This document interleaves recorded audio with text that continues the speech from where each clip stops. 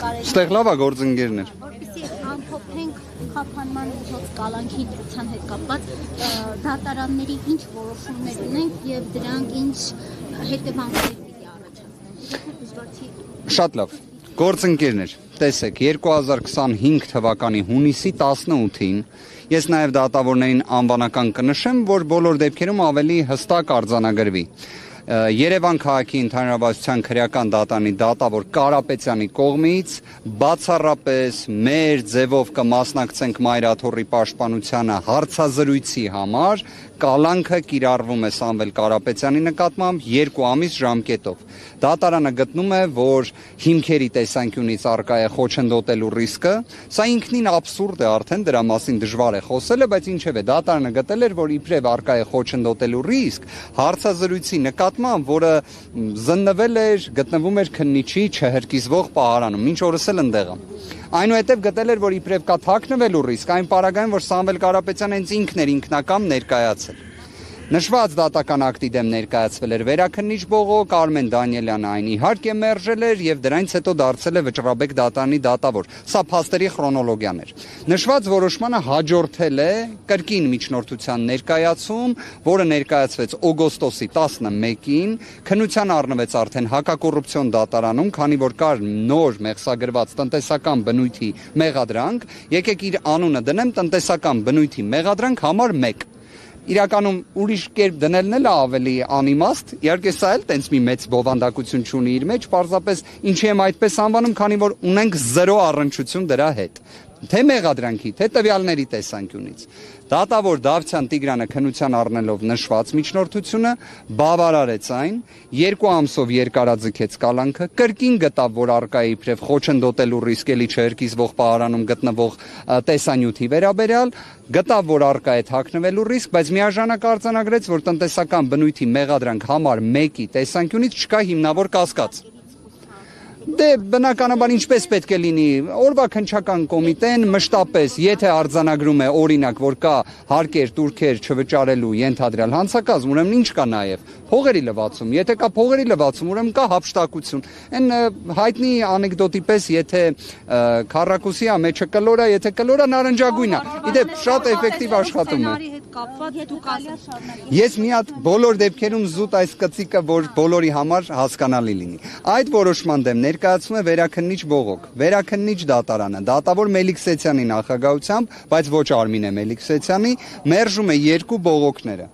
Այսինքն տնտեսական բնույթի մեղադրանք համար 1-ի վերաբերյալ լինում է 2 դատական ակտ, որ հիմնավոր կասկած չկա։ Դրա դեմ ներկայացվում է Վճռաբեկ բողոք։ Վճռաբեկ բողոքից մինչև որևէ նորություն լինի, նորից ներկայացվում է միջնորդություն կալանքը երկարաձգելու վերաբերյալ։ Արդեն հոկտեմբերի 11-ին։ Հոկտեմբերի 11-ին դատավոր Դոլմազյանը որոշումը հրապարակվում է հոկտեմբերի 16-ին, քննության առնելով նշված միջնորդությունը, կրկին արձանագրում է տնտեսական բնույթի մեղադրանք համար 1, համար 2-ով հիմնավոր կասկածների բացակայությունը, այնուհետև արձանագրում է, որ խոչընդոտելու ռիսկը որպես այդպիսին առկա չէ։ Դրա դեմ ներկայացվում է կրկին բողոքներ, ներկայացվում է մեր կողմից դատախազության կողմից։ Նոյեմբերի 13-ին դատավոր Կարեն Ամիրյանը վերաքննիչ հակակոռուպցիոն դատարանի գտնում է, որ դատավոր Դոլմազյանի կողմից տնտեսական բնույթի մեղադրանքներով հիմնավոր կասկած չհաստատելը առավել քան հիմնավոր էր։ Ինչպես նաև արձանագրում է, որ կալանքը չի կարող այլևս նույն կերպ երկարաձգվել։ Սա արձանագրել է վերաքննիչ հակակոռուպցիոն դատարանը։ Վճռաբեկ դատարանի որոշումը վերաբերում է դատավոր Դավթյանի, դատավոր Մելիքսեթյանի կողմից կայացված դատական ակտերին տնտեսական բնույթի մեղադրանք համար 1-ին, այլ կերպ ասած, այսօր 2025 թվականի նոյեմբերի 17-ին 0 իրավական հետևանք ենթադրող որոշում է։ Շատ երկար էր կներեք գործընկերներ, բայց կարծում եմ շատ պարզ ներկայացրեցին։ Պարոն Վարդևանյան, ձեր ասուլիսում մանրակրկիտ ներկայացրել եք այս process-ը, նաև ասել եք, որ միջազգային տարբեր կառույցներին դիմելու գործընթացներ կան, կասեք կոնկրետ այս փուլում ում հետ եք հասցրել զրուցել, ինչ տեսակետներ ունեք դրսից, ինչպես են գնահատում այս process-ը եւ այլն։ Կարծում եմ միայն այն, որ միջազգային մեծ հեղինակություն վայելող մի շարք իրավապաշտպաններ, փաստաբաններ, իրենց հրապարակային կարծիքը ներկայացրել են, դա արդեն իսկ առավել քան խոսուն է։ Իդեպ ես վստահ եմ դուք կհիշեք Փերինչեկն ընդդեմ Շվեյցարիայի գործը Մարդու իրավունքների եվրոպական դատարանում, որի շրջանակներում Հայաստանի Հանրապետության շահերը ներկայացնելու գործին ներգրավվել էր մեծագույն համբավ ունեցող փաստաբան Անգլիայից, Մեծ Բրիտանիայից Ջեֆրի Ռոբերտսոնը եւ Ամալ Քլունին։ Ջեֆրի Ռոբերտսոնը հրապարակավ իր դիրքորոշումը Սամվել Կարապետյանի մեղադրանքի վերաբերյալ, քանիցս ներկայացրել է։ Ես ինքս պատիվ եմ ունեցել իր հետ մանրամասն խոսելու նշված գործի հանգամանքների վերաբերյալ, մի տևական ժամանակ պահանջվեց, որ ինքը ի վերջո պատկերացնի, որ իսկապես նման քրեական հետապնդում կա, որ իսկապես Հայաստանում խոսքի ազատության պայմաններում կարող է լինել նման քրեական հետապնդում, որ իսկապես Հայաստանում մեր ձևով կմասնակցենք Մայր Աթոռի պաշտպանությանը հայտարարության համար, մարդը 5 ամիս կալանավորված է։ Սա է այն իրականությունը եւ վստահ եղեք միջազգային բոլոր կառույցների համար էլ առավել քան ընկալելի է։ Ինձ առաջնային հարցերից մեկը դեռ սկզբնական փուլում որ տալիս էին, ասում էին լավ, կարծես Հայաստանի Հանրապետությունը որոշակի առումով ժամանակակից երկիր է, չէ՞։ Ձեր քրեական դատավարության օրենսգրքում այլ խափանման միջոցներ բացի կալանքից չկան, որովհետև իդեպ ես քանիցս սրա մասին խոսել եմ, Սոմալիում էլ կան այլընտրանքային խափանման միջոցներ, բայց նաև Հայաստանում կան այլընտրանքային խափանման միջոցներ։ Հիմա ոնց է ստացվում, որ օրինակ տնային կալանք, գրավ, վարչական հսկողություն, դրանցից ոչ մեկը չի կիրառվում Սամվել Կարապետյանի նկատմամբ արդեն 5 ամիս։ Եթե միայն այս ցուցիչը ֆիքսեն գործընկերներ, բավարար է արձանագրելու համար, որ սա աբսուրդ է, սա քաղաքական հետապնդում է եւ իդեպ սա էլ թույլ տվեք ասեմ, քանի որ շաբաթ օրը դրա մասին խոսել էինք, այսօր նոյեմբերի 17-ն է եւ այսօր Սամվել Կարապետյանի թե անձնական ազատության հարցն է քննության առարկադառնվում, թե իր սեփականության իրավունքի հարցը արդեն իսկ դարձել է եւ հանրային ծառայությունները կարգավորող հանձնաժողովի կողմից հերթական աբսուրդային որոշումն է կայացվել, աբսուրդային, որքանով որ հասցրել եմ հետևել այս ժամանակահատվածում, վստահ եղեք, դա ի վերջո բողոքարկման ենթակա որոշում է, վստահ եմ այն բողոքարկվելու է եւ վստահ եմ այդ առումով էլ հետաքրքիր զարգացումներ կլինեն։ Պարոն Վարդևանյան, քննչական կոմիտեի ղեկավարը անդրադառնալով այս գործին նշում էր, որ իրենց համար հիմք միայն Սամվել Կարապետյանի մեր ձևով եկեղեցու գործերին միջամտել արտահայտությունը չի հանդիսացել, իհարկե ճակերտներ իրենք շատ չեն կարող բացել, օպերատիվ տվյալներ են ունեցել։ Այդ օպերատիվ տվյալները փողերի լվացման, հարկերը, տուրքերը թաքցնելուն են վերաբերում, թե այլ բաներ էլ, այլ օպերատիվ տվյալներ էլ կան, որոնք չեն հրապարակվում։ Գիտեք ոնց, հաշվի առնելով, որ իրապես այնպես է ստացվել, որ նախկինում իր անվանումը կոչվում էր Պեկի քննչական վարչություն։ Հիմա այս գործը քննում է Պեկի քննչական վարչությունը։ Դուք պատկերացնում եք օրինակ փողերի լվացման ենթադրյալ դեպք, որը զուգորդվում է իշխանությունը բռնությամբ զավթելու կոչով։ Հա, օրինակ, չգիտեմ, եկամտահարկի հաշվետվությունը ներկայացնելու շրջանակներում մի հատ էլ կոչ է կատարում եւ այլն։ Սա ինքնին ծիծաղելի է, բայց ես կռահում եմ նաեւ թե ինչ կարող է նկատի ունենալ պարոն Պողոսյանը, բայց առիթից օգտվելով եւս մեկ անգամ նշեմ, պատկերացրեք մեր գործով վարույթ իրականացնող մարմինը 53 քննիչներն են։ 53 քննիչներից մեկը քննչական խմբի ղեկավարն է։ Քննչական խմբի ղեկավարի կողմից առնվազն կարծում եմ թե իմ թե նաեւ ձեզային շատերի գնահատմամբ ունենք անգործություն, որովհետեւ 5 ամիս քննել մեր ձևով կմասնակցենք եկեղեցու պաշտպանությանը նախադասությունը եւ դատարան այն չուղարկելը, մեղմ ասած խոսում է նրա մասին, որ մենք կարծես թե ջանասիրության հետ խնդիր ունենք։ Հիմա մենք օրինակ պարոն Պողոսյանին, քննչական կոմիտեի նախագահ Պողոսյանին, այս գործով քննչական խմբի ղեկավար Պողոսյանին պատասխանատվության ենթարկելու, վարույթից հեռացնելու նման հարցերով միջնորդություն էինք ներկայացրել, որը ինքը հասցեագրել էր հենց այն պարոն Պողոսյանին, ում վերաբերյալ դա գրել էինք։ Նա էլ իհարկե մեզ պատասխանել էր, որ ոչ մի հիմքեր չի տենում ինքն իրեն վարույթից հեռացնելու վերաբերյալ, ինչը կարծում եմ կանխատեսելի է։ Վարդևանյան, այ ասում եք, մի բան մոռանանք այդ տնտեսական հանցագործությունները, ենթադրյալ այդ մեր ձևովի ժամանակ դրանց մասին խոսք չկար, բայց կային քաղաքական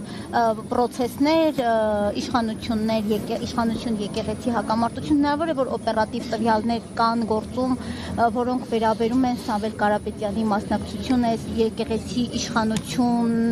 հարաբերություններում, հա, ինչ որ, չգիտեմ։ Պաշտոնապես հայտնում եմ 5 ամիս տևող նախաքննության պայմաններում բացարձակապես նման բան գոյություն չունի։ Եվ չնայած դրան 5 ամիս է Սամվել Կարապետյանը գտնվում է կալանքի պայմաններում։ Այսինքն Ինքը նայեք երկու առնվազն երկու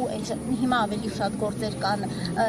հոգևորականների նկատմամբ դուք պաշտոնապես հայտարարում եք որ Սամվել Կարապետյան օրինակ Միքայել Աջապահյանի Բագրատ arczepiskopos Գալստանյանի ամենայն հայոց կաթողիկոսից որևէ ինչ-որ ենթադրյալ հանցագործության վերաբերյալ օպերատիվ խոսակցություն չի ունեցել այս օպերատիվ տվյալ բացարձակապես ինչ հասկանանք այդ ինչ քննչական կոմիտեի ղեկավարը ստում է Ես եկեք հետևյալը ասեմ քննչական կոմիտեն ունի տվյալ ներողություն եմ խնդրում որ սա բացահայտում եմ ի վերջո նախաքննական գաղտնիքը այդ մասով ավարտված է բայց Հայաստանի Հանրապետությունում այո մեկ խցում գտնվող Միքայել Սրբազանին եւ Բագրատ Սրբազանին գաղտնալսել են սա իսկապես աննախադեպ երևույթ է բայց բոլոր դեպքերում դա հիշատակ է իրենք խցում գտնվելու շրջանակներում ունեցել են խոսակցություն այդ խոսակցությունից պարզ է դառնում որ իրենցից ոչ մեկ երբևէ որևէ ձևով հաղորդակցում Սամվել Կարապետյանի հետ չի ունեցել Այդ տվյալը հասու է քննչական կոմիտեին, այո, հասու է։ Արդյոք դրան որևէ տրամաբանական գործողություն հաջորդել է։ Ոչ։ Ինչ է նշանակում մեր ձևով կմասնակցենք եկեղեցու պաշտպանությանը քննչական կոմիտեի համար։ Ես չեմ հասկանում։ Ես չեմ հասկանում շուրջ 5 ամիս։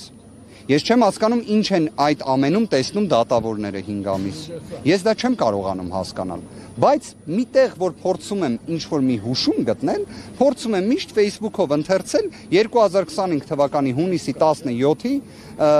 հայտնի գրառումները գործադիր իշխանության ղեկավարի կողմից, որտեղ կար սպառնալիք, որտեղ կար պետության համը բերանին զգալու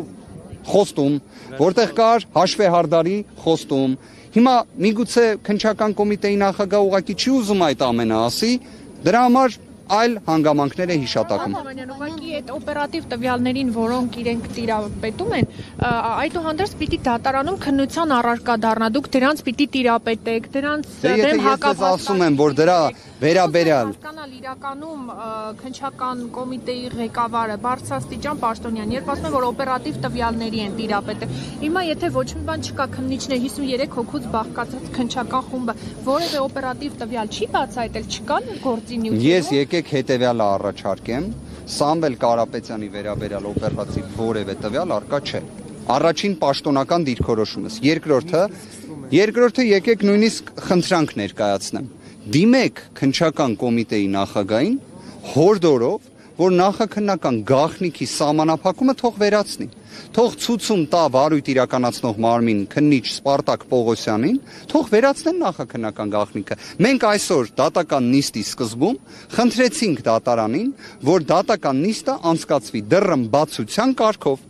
Ով առարկեց դրա դեմ, քննիչը եւ դատախազը։ Հիմա ձեր հարցադրումները խնդրում եմ ուղղել իրենց, մենք մեծ սիրով պատրաստ ենք ամբողջ վարույթ իրականացնող մարմինը 53 քննիչներից բաղկացած քննչական խմբի ղեկավարը հանդիսանում է Սպարտակը Պողոսյան, այո, նիստին ներկա է, բայց 53 քննիչները ներկա չեն, դատախազը պարոն Դալաքյանն է։ Շնորհակալ եմ, մենք գնացինք նիստի։ Ես կվերադառնամ խոստանում։ Լավ։ Հիմա դուք որ ասում եք քաղաքական գործունեության վստահության Սամվել Կարապետյանը չէր զբաղվում, եկեղեցին էր, չէ՞ պաշտպանում հացառապես։ Եկել էր եկեղեցու կողմին կանգնելու։ Բա եթե չէր զբաղվում, ինչու հանկարծ իշխանությունները որոշեցին նրա նկատմամբ քաղաքական հետապնդում իրականացնել ըստ ձեր ձևակերպումների։ Իսկ ձեզ օրինակ քաղաքական գործունեությամբ չզբաղվող անձ եմ։ Իմ նկատմամբ ինչու պիտի քաղաքական Իսկ դուք օրինակ եկեք հակառակից եկեք օրինակ X քաղաքական ուժը գիտի որ Y անձը ով քաղաքական գործունեությամբ չի զբաղվում բայց եթե որոշի քաղաքական գործունեությամբ զբաղվի իր համար լինելու է բավականին բարդ քաղաքական հակառակորդ կարող է այդ իմաստով դիմի կանխարգելիչ գործողությունների եւ փորձի այդ առիթը որևէ մի իրավիճակում բաց չթողնի, հատկապես եթե ընտրություններին մնալուց են լինում արդեն 1 տարուց ավելի պակաս ժամանակ 2025 թվականի հունիսի 17-ի դրությամբ եւ կանխատեսելով ձեր հնարավոր հաջորդ հարցադրումը, խնդրում եմ ուշադիր նայել 2025 թվականի հուլիսի 4-ի Սամվել Կարապետյանի ուղերձը։ Շնորհակալություն։ Որ պետք է քաղաքականությամբ զբաղվի։ Հարգելի հետևող